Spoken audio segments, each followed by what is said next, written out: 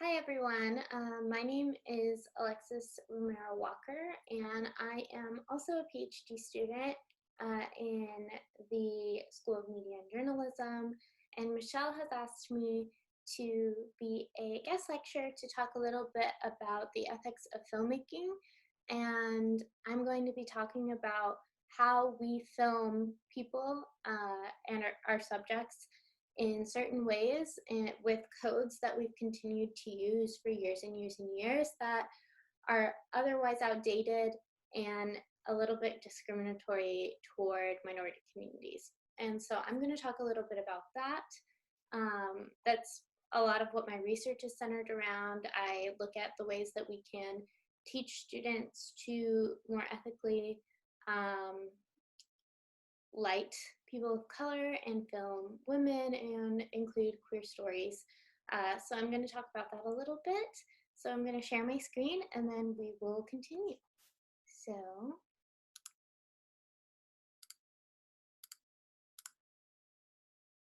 there we go.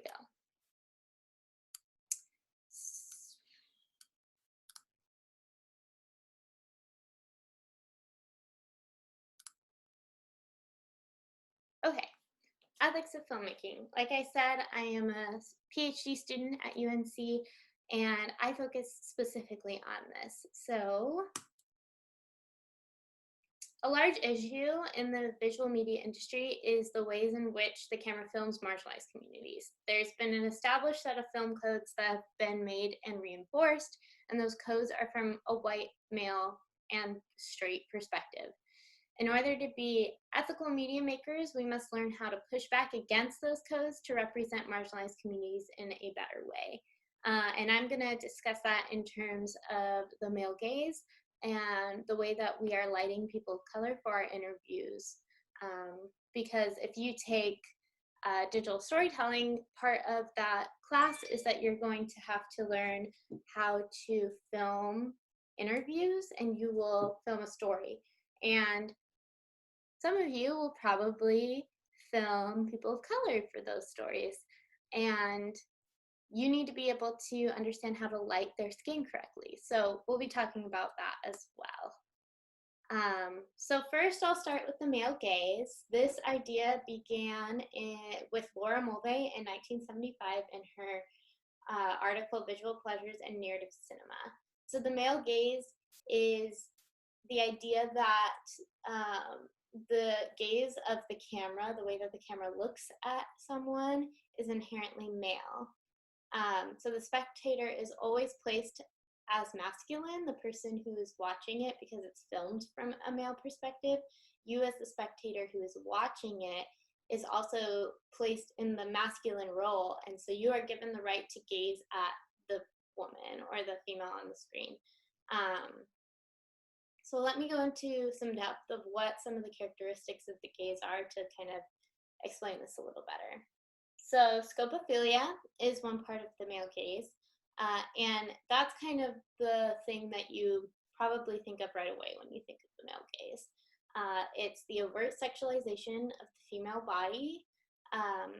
Fetishistic scopophilia includes the glamorized female form of the star for pure spectacle, just to be looked at, and fragmentation features sections of the body. So I just used this example from Once Upon a Time in Hollywood with Margot Robbie's character, mostly because within the film itself, she kind of just acts as aesthetic pleasure. You kind of look at her being beautiful the entire time. And Quentin Tarantino is kind of known for doing this a lot, and he doesn't push back against it. He knows that he fetishizes the female body and is okay with it. So another example of overt sexualization of the female body is the classic known Transformers scene of Megan Fox, where she opens the car and the wind blows at her and her butt is sticking out quite a bit, and Shia LaBeouf stares at her. That's a pretty classic example of the male gaze. And the reason why I put Margot Robbie with this, with the fetishistic scopophilia includes the glamorized female form of the star for pure spectacle, is kind of because the whole point of the film with her character is that she is the star that has been romanticized because of what happened to her and because she's absolutely stunning and beautiful. Um, and so her whole point was to be that beautiful person in the film. And then fragmentations of sections of the body is mostly what you can think of in advertising a lot, and overtly sexualized films. And so I'm thinking of things like Carl's Jr.'s or Hardee's commercials in the past, where there would be just shots of women's breasts or shots of midriffs or shots of butts. That's a way of providing fragmentation. And fragmentation makes it to where the body is no longer a person, it's a part of a person that is being sexualized. So it takes away individuality from the person, and with that takes away the humanistic value of the person. Another part of the male gaze is called disruption, and this is when the entire story stops so that the male character and you as the spectator can take the time to gaze at the female character. So it's exactly that. So we're going through a narrative, and then a beautiful woman walks by, and the whole narrative stops just so we can stare at how beautiful she is. I use this example from The Greatest Showman really quick because I think that it's a good demonstration of it. It's all the way at the end of The Other Side when Zac Efron sees Zendaya. Oh, it did not work. So it's at the end of this song where Zac Efron walks into the circus area, and Zendaya swoops down on her little things that she's flying around with, and the narrative like actually stops, and she starts going in slow motion, and she flies up, and he stares at her. That is supposed to be a beat that shows romance, and that he's interested in her, and it all starts from him gazing at her in this moment. The next and last part of the male gaze is the active male and passive female. So this means that the male in the story is active in his actions and is also active at gazing at the female, while the female is passive in her actions and is passive in gazing at the male. Or she allows him to gaze at her, but she won't gaze at him. Or she can just be simply rendered useless. So this comes originally from her film theory that talks about Rear Window, the film Rear Window. And in this film, the main character that's a man is hurt, and so he can't move around or do anything. And so what he spends his time doing is gazing at everyone. So it comes from the idea from that film, but it continues in other films where women are continuously rendered useless. They are continuously gazed at by the male character and by the spectator, and yet they don't ever participate in this gazing at all. So I use this example from The Princess Bride, if you've seen it, because in this one scene, and this is like specifically with this scene because action is distributed better throughout the rest of the film, but in this scene,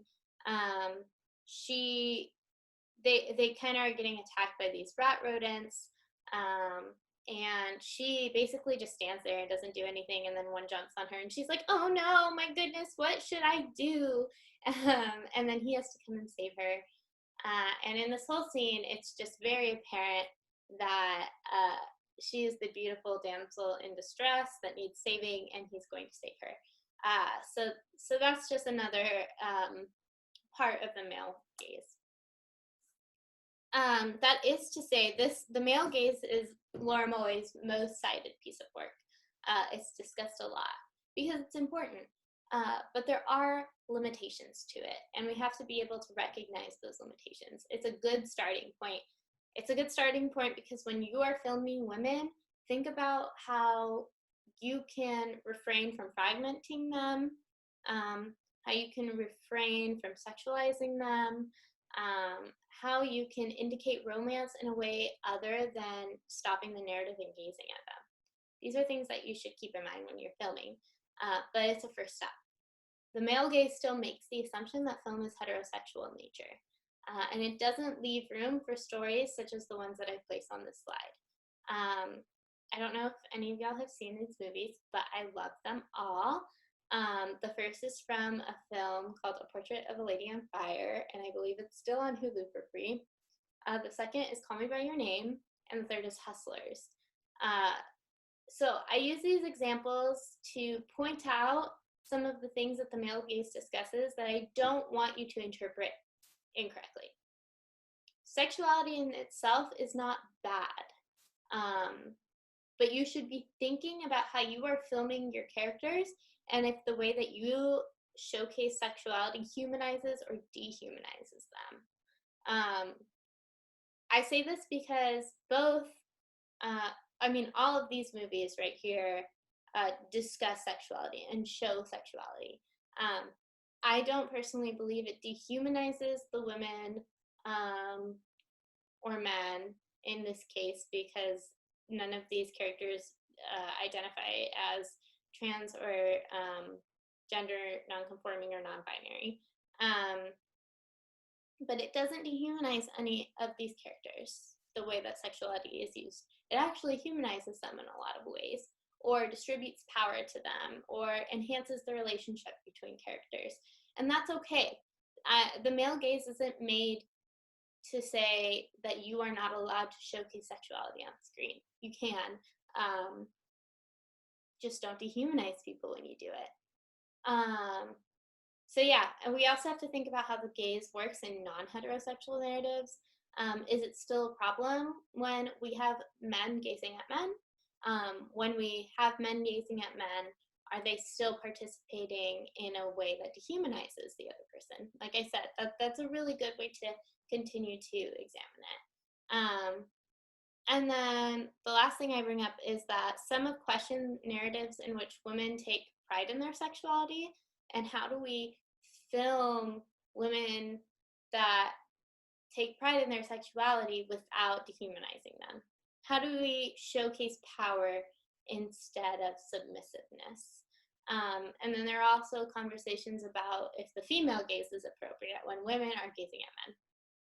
So those are some things to think about. I don't have answers to all of these things, but these are things that you need to be thinking about when you are filming even nonfiction narratives, because the gaze can still happen in nonfiction narratives. The way that you set up an interview to film a woman versus how you set up an interview to film a man can showcase inherent bias in which you gaze at female subjects. So those are things to think about. Okay, next we're going to talk about lighting, which is my favorite. So when you're lighting film, like I explained earlier, with you're going to be learning how to do interviews. You need to understand that the way that you are lighting lighter skin subjects should not be the same as the way that you light darker skin subjects. In most of your courses, you will not be told that information, mostly because it has only been discussed in the last few years and people don't actually know how to light darker skin because you're not taught in schools how to light darker skin. So these are things that you need to think about when you're doing this. Richard Dyer in White is where I first learned about lighting skin differently. And these are just some quotes that I think are really important from White. And Michele might have sent you this particular reading because I was going to talk about it. But here are some quotes that I pointed out that I think are important to recognize.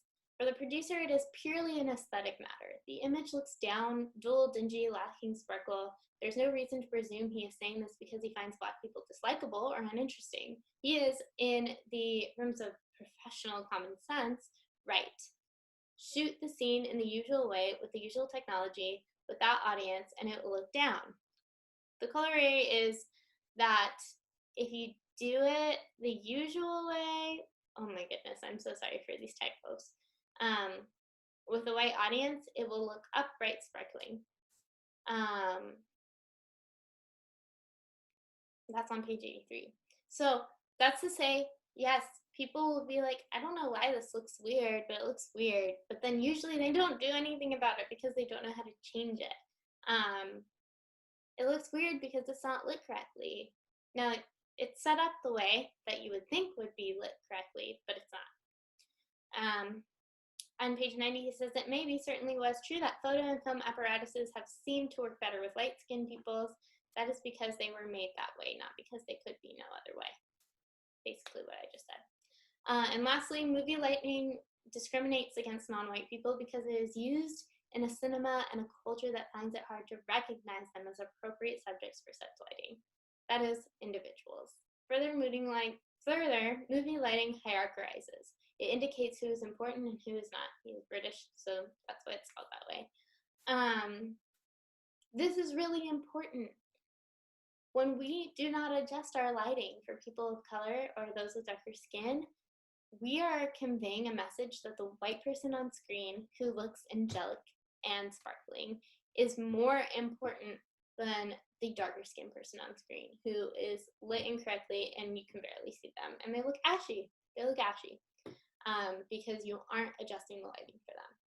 So it's really important that we do this because in history of the past, when we have continued to light people incorrectly that are darker, it has made them look scary and demonizes them, which is continuing bad representations and misrepresentations of people of color that are already going on all the time. Okay, so this is a fun little thing that I'm going to try to do. I want to do a little exercise where I show you what lighting traditionally looks like. So here we have our subject, and here we are. We're filming the subject. So traditionally, what a lighting setup will look like is we will have our subject right here and we will have our key light, which is the light that gives off the most light. And that will usually be on the side of the subject that you are filming from. So it'll be kind of like this. You'll be up here because you don't film people straight on. And this light will be over here. And then you'll have what we call our fill light. And your fill light fills in the other half of the face that you have as dark right now because the key light is over here lighting this half of the face. And then you have your hair light. And your hair light goes right behind your subject to give a little bit of a glow at the top of their hair.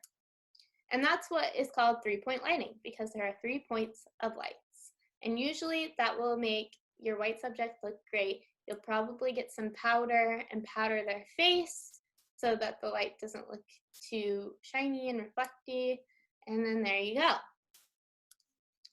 However, when you switch your subject with a darker skinned subject, they will look dull, ashy, and difficult to see because the lighting is made for whiter colors. I mean, if you are in a lighter or a darker room, you have to adjust your exposure and the lighting in order to see your subject better. This is an issue when we have darker skin subjects and we don't adjust those things for their skin color. So when we put them here, they're not going to look as good. Now, one of the first things that you can do is you can adjust your background so that it better, it just shows better for their highlights behind their skin. So I'm going to put this more of a orangey, darker background color behind them to help showcase their highlights.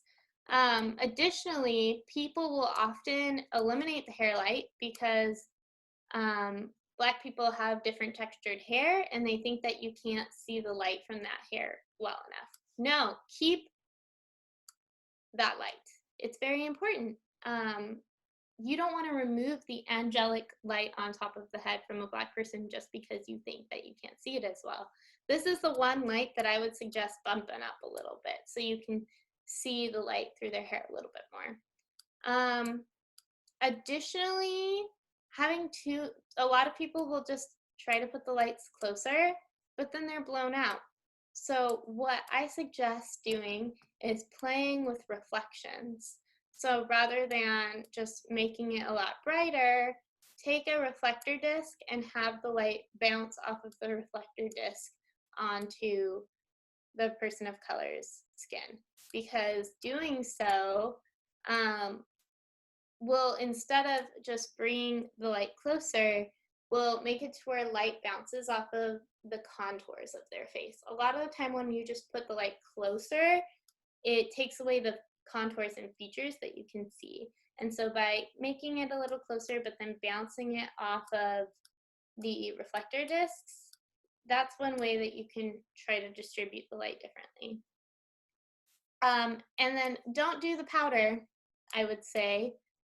Rather than using powder, use a little bit of highlighter on their face, and then even put lotion on their skin, on their face and their chest.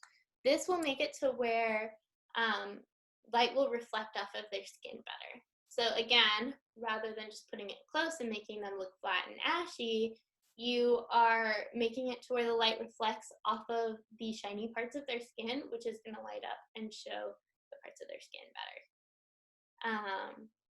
So those are some examples of what you can do to create an alternative lighting setup that will show the skin of your person of color better. Okay, so some things to keep in mind.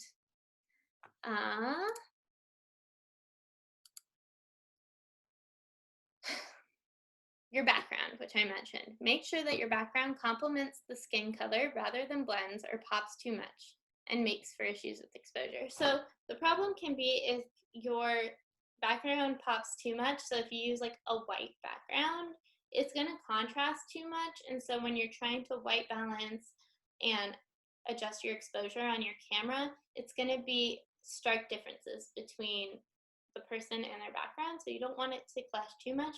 And you also don't want to put like a background that is brown and the same exact color as their skin behind them, because that's going to make it to where they just blend in with the background. So you want to make sure that backgrounds complement your subject. Undertones are what I brought up too. You want to make sure that you're using the right lights and filters that will complement the undertones of your subject. So if you're filming, let's say, a dark-skinned Black person, usually, but you want to, actually look at their skin tone and see if like bronze colors or more blue colors come through. But usually they'll need a little bit more of the brown, orange colors to help with their undertones. Well, lighter skinned people, like even light skinned Black people, tend to do better with more of the blue and cool undertones. Like I said, it depends. That's not an all for all thing.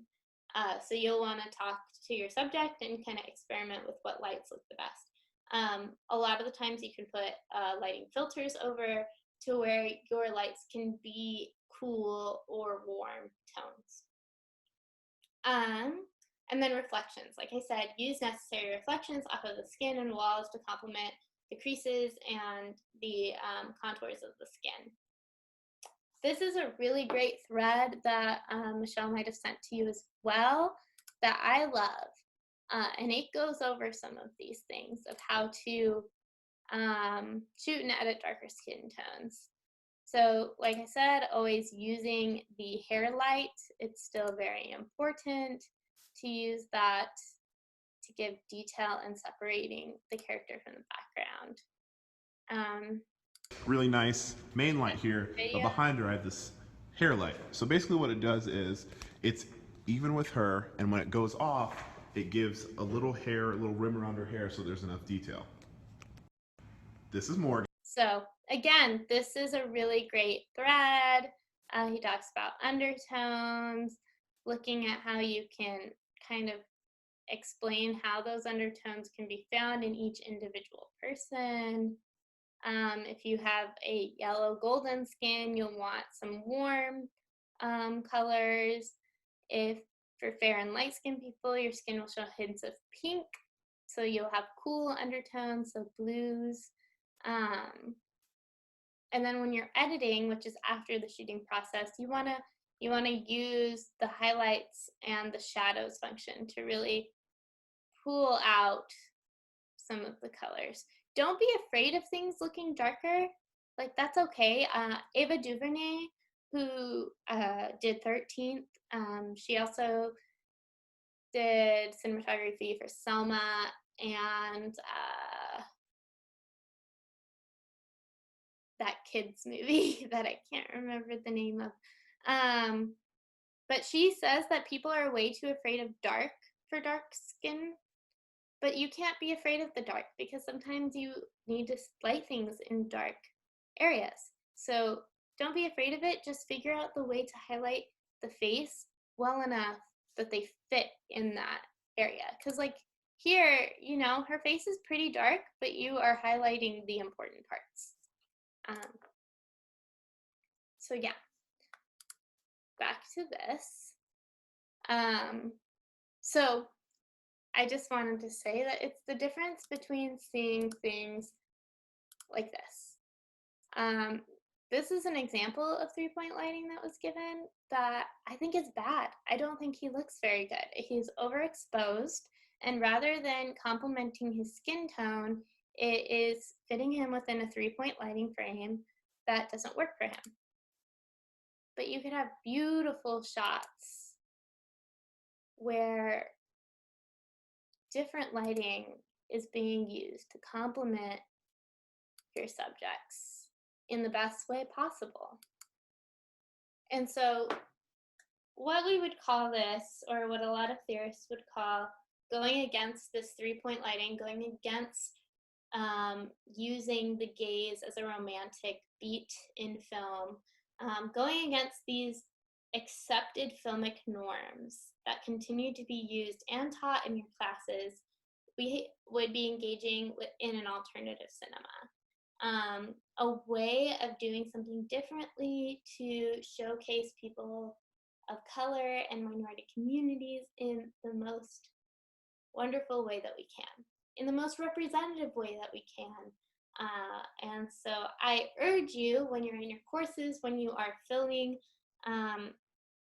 interviews, when you are filming pieces for stories, like journalistic stories that you're doing, to keep these things in mind, because it is ethically important that we are representing people of color and women and queer communities in the way that they deserve to be represented. So thank you for your time. I hope that this was helpful and fun. I'm really passionate about this, and if you ever want to talk more about this, I'm always open to talk more about it. I will put my email right here in case you would like to talk more one day.